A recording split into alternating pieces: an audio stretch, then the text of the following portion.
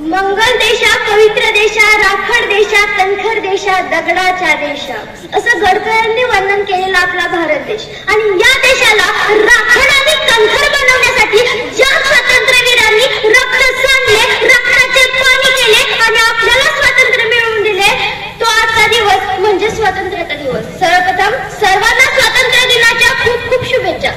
आपल्या सर्वांना माहिती आहे, पहिला भारतीय जो अंतराळात गेलेला, अंतराळवीर म्हणजेच राकेश शर्माजी. राकेश शर्माजी जेव्हा अंतराळात गेले आणि अंतराळातून माघारी आले आणि त्यांची भेट इंदिरा गांधींची झाली, तेव्हा इंदिरा गांधींनी राकेश शर्माजींना एक प्रश्न विचारला की राकेशजी, तुम्ही जेव्हा अंतराळावर गेलता तेव्हा तुम्ही सर्व देश पाहिले असतील, सर्व देश निराळे दिसले असतील, पण त्यामध्ये आपला भारत देश कसा दिसला? तेव्हा राकेश शर्माजींनी खूपच छान उत्तर दिलं की ते उत्तर ऐकून सर्वांचंच मन भरून आलं.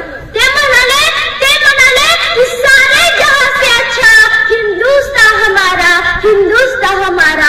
अरे आहे सारे जहां से अच्छा हिंदुस्तान हमारा. साधं एक उदाहरण घ्या, साधं एक कोळपान. ते कोळपान जोपर्यंत सुंदर दिसतं तोपर्यंत एका कलाकाराने त्यावर रंगून चित्र काढत नाही. मग आपला भारत देश तर स्वातंत्र्य वीरांच्या रक्ताने रंगलेला आहे, रक्ताच्या थेंबाने रंगलेला आहे. मग असणारच ना सारे जहां से अच्छा हिंदुस्तान हमारा, हिंदुस्तान हमारा. आपला इतिहासच आपल्याला सांगतो की ज्या हाताने नांगर धरायचे, की ज्या हाताने नांगर धरायचे त्याच हाताने वेळ आल्यावर तलवारी सुद्धा धरलेल्या आहेत.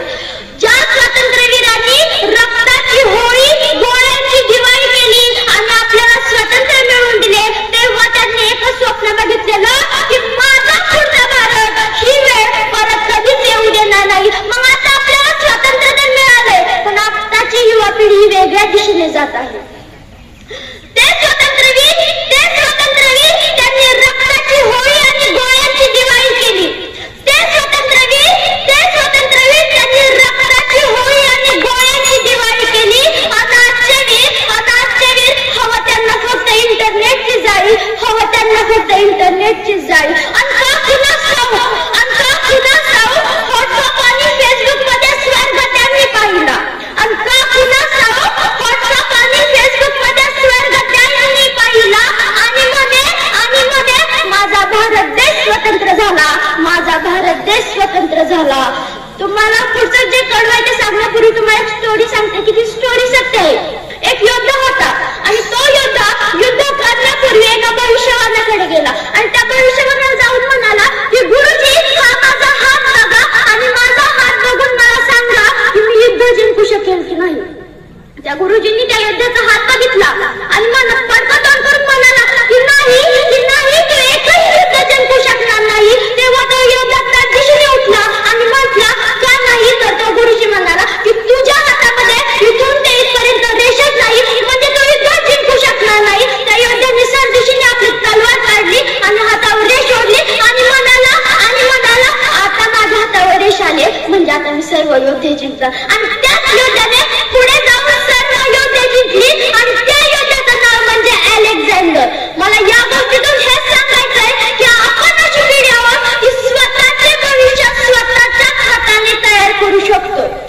ते स्वातंत्र्यवीर ज्यांच्या काही नशिबाची रेष हातावर, म्हणून तलवारीने ओढून इतिहास रचला.